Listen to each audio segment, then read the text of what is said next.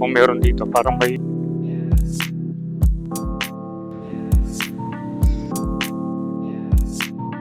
mamaya maikutin din naman natin. Uy. Dito na Bonifacio B. Romero warehouse building. Oh, ito. Tricycle lang yung kasya. Ayan, merong ano, road. Harang. Medyo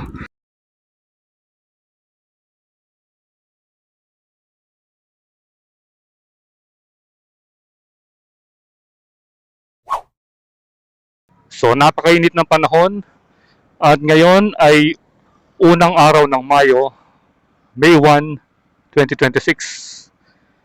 And it's another update video yung gagawin natin. Ngayon ay nandito tayo sa may Angeles Magalang Angeles Magalang Highway papuntang papuntang Magalang na yan. Yan.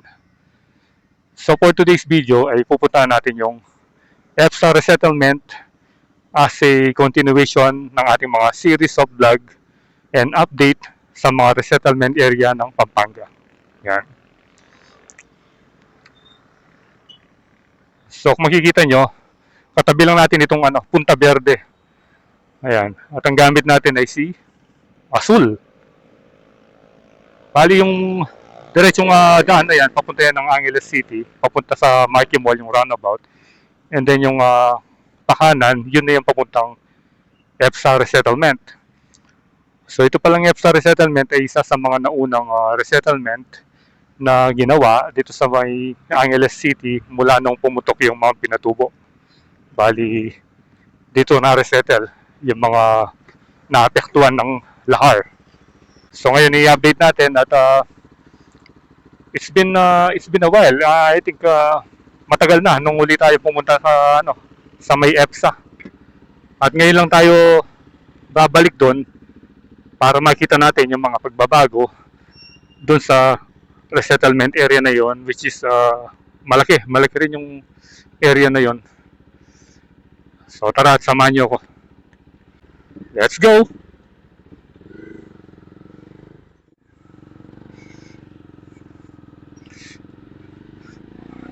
Ayan, so kakanan na tayo rito. At siya nga pala, sabihin ko lang na kapag ayan, merong road closed from 7:30 to 8:30, 5 to 6:30 in the evening. Doon, sinasara yung daan doon. Dito pinapadaan yung mga papuntang Angeles na nagmula doon sa Magalang. Para mabawasan yung traffic. So dito pa lang sa bungad, kung makikita nyo, marami ng mga commercial na mga ito eh. At ito yung mga warehouse building, ito.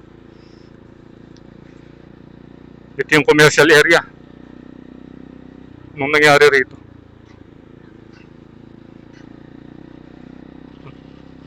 So ayan, lilibutin natin yung EDSA resettlement. Ang daming big bike, oh. Ang dami. Dito ba yung pinaka-entrance niya? Punong Kakutod, road number 1. Tingnan natin yung road number 2, baka mas malapad. Road number 1 pala yun.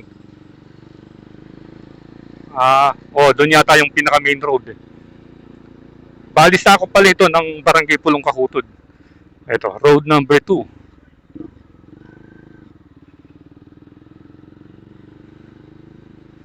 Ganito pala, merong road number 1, road number 2.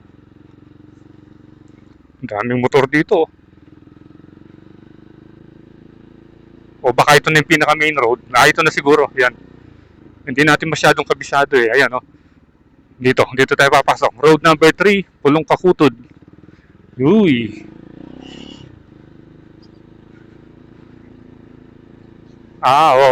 Ito na yata yung pinaka main road eh. Kasi yun. Ayan, andyan yung grotto. At ito na yung school, I think. Saan ba tayo? Kakanan tayo. Mamaya, maikutin din naman natin yun. Yun basta sundan lang natin itong main road na aspaltado. Ito pala yan, no? EPSA Resettlement Elementary School or ERES. Ito, ano ito? Ito yung senior high school. Bonifacio B. Romero Senior High School. Ayun, no? Laki rin pala. Ito, kasama pa ito. High school. So hanggang dito lang pala yung yung sementado. Diretso lang tayo. And then dito, ang daming nagtitinda. Parang talipapa yata ito.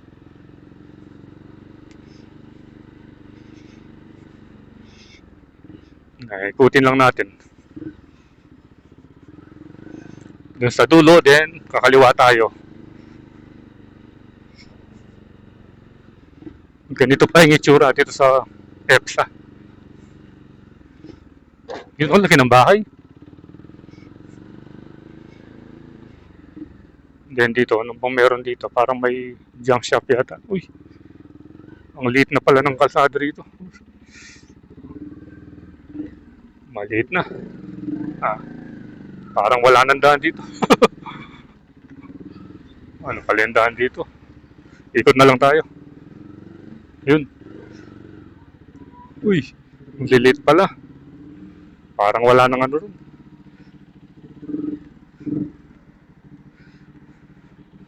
Balik tayo. Medyo masikip yung daan doon, yung skinita. Maraming nakaharang, hindi man makakadaan. Even yung single na motor.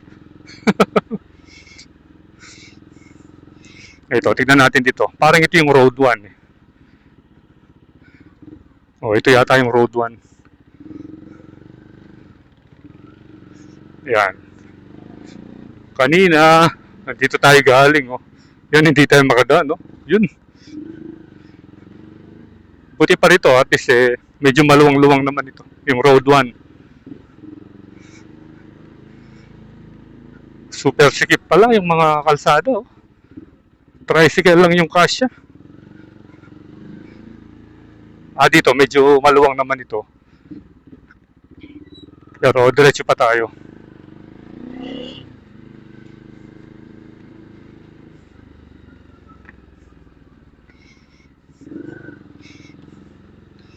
At least kahit pa paano makita nyo yung lugar dito sa EPSA. Sa mga gustong makita muli yung kanilang lugar, ang halimbawa matagal na kayong tumira dito, then umalis kayo. Ito yung itsura ngayon ng lugar ninyo. Yan.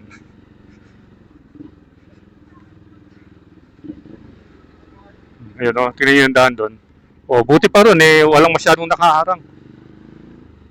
Yan, dito. Ito pala yung tangke. Diretso lang tayo dito.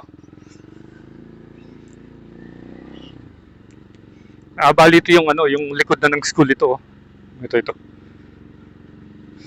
At meron din palang ang kapilya ng Iglesia ni Cristo.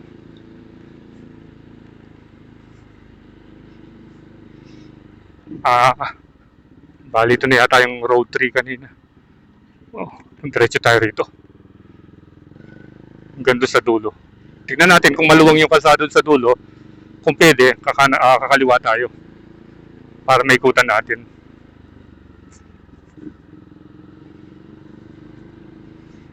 Parang medyo maluwang naman.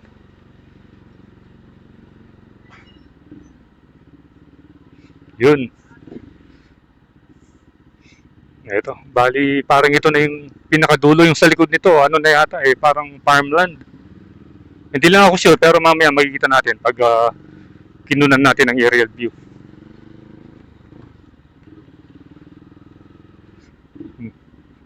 Ayun, ito ang lalaki ng bahay. Yung iba kasi nakakuha ng mga tigda-2 unit, or kung corner yung nakuha mo and then nabili mo yung katabi mo, pwede kang magpagawa ng malaking bahay kagaya nito. Hindi mo isipin na nasa resettlement. Ayun na yung highway. Yun na yung main road palabas.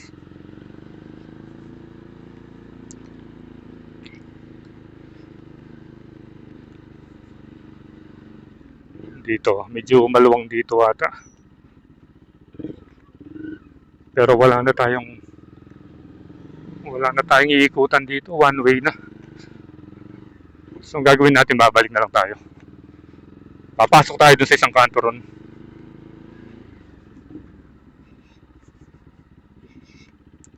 Para makita natin yung school.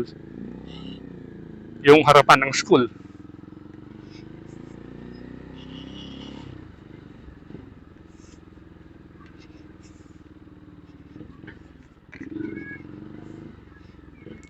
Dito.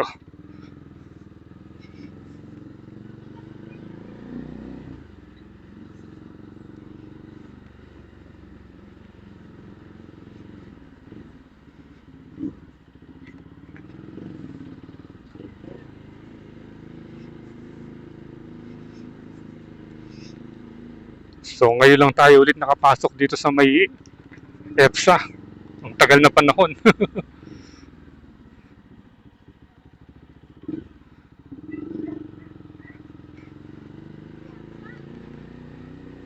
Ayun. Yun na yung road 3 yata, yung may asphaltadong kalsada. Bali, tatlo pala yung main road dito. Road 1, Road 2, Road 3. Ayan, ito yung pinakamaluwang. Ayan. So, kanina, pumasok tayo dito sa pakanan. Yan, pakanan. Ngayon naman, pakaliwa tayo. So, ito pala yung grotto. Meron silang grotto rito. And then, hanap na lang tayo ng spot para makapag-drone tayo. Yun, ito na yung side ng school.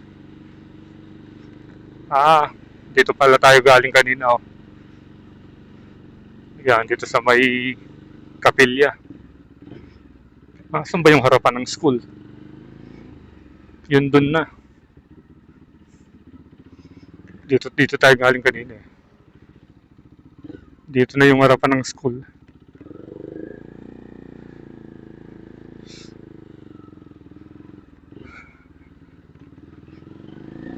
Parang may lilim naman dun doon sa may tapat ng gate. Doon na lang tayo magpalipad para makita natin yung kabuuan nitong EPSA Resettlement. Hinahanap ko kung meron silang plaza parang ganun. Parang ito na yata dito sa tabi ng school.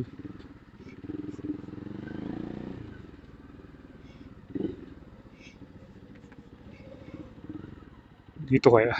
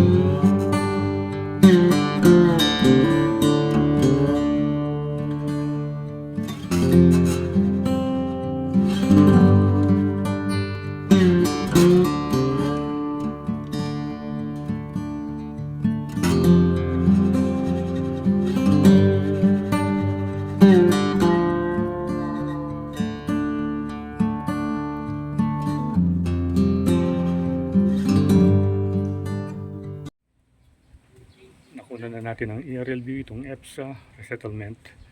At sa likuran natin, yun yung EPSA Resettlement Elementary School. Bali ito naman yung senior high school, then yun yung high school. Ayan.